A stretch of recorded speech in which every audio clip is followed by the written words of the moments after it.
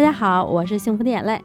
从本周起，我每周5的面包视频回归啦，开启新的篇章。我将挑战做100个国家的面包，关注我，我们一起做遍全世界的面包。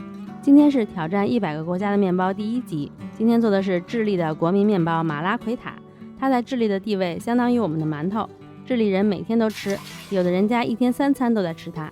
它的做法和材料都非常简单，而且整形也很有意思。烤好后金黄酥脆，又香又软。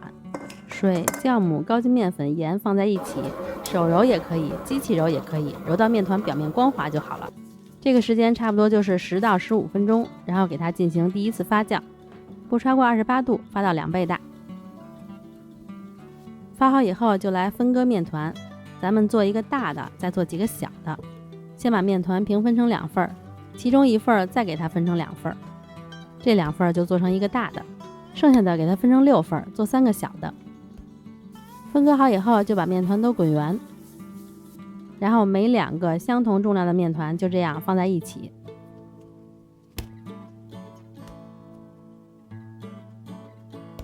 盖上松弛5分钟。5分钟以后把面团稍微搓长一点，面团比较软，可以手上蘸一点粉再来搓它，就不会粘在手上了。幸好我没有做更大的，不然我的手都包不住它。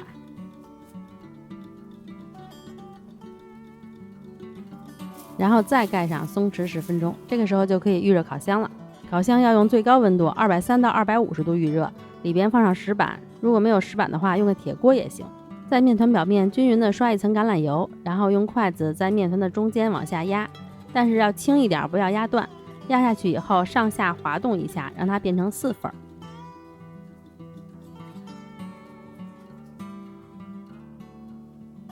然后给它倒扣过来，放在油布上发酵。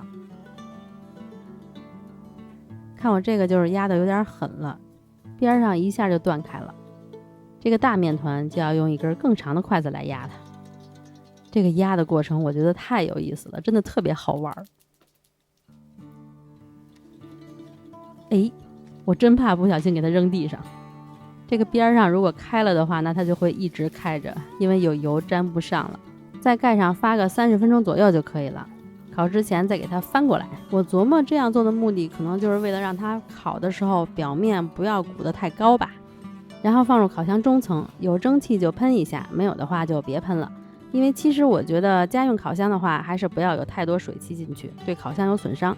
这个小的我是用230度烤了18分钟，如果250度的话，估计12到15分钟左右，就看着点，颜色金黄就拿出来。烫手。烤完小的再烤大的，这个大的我就是这个样子给它翻过来的，眼疾手快，大的我是230度烤了22分钟。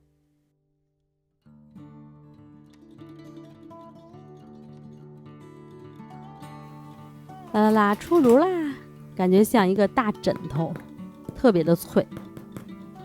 它的经典吃法就是给它掰开。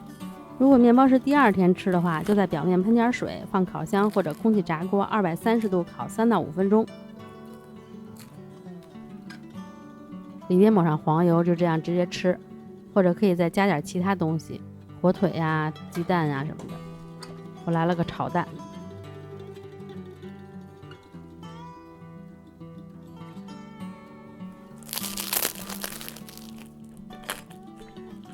这个外皮是又脆又有韧劲儿，面包里边非常的松软，吃起来很香。还有一个特别经典的吃法，就是他们会把牛油果给它捣碎，然后直接加在面包里来吃。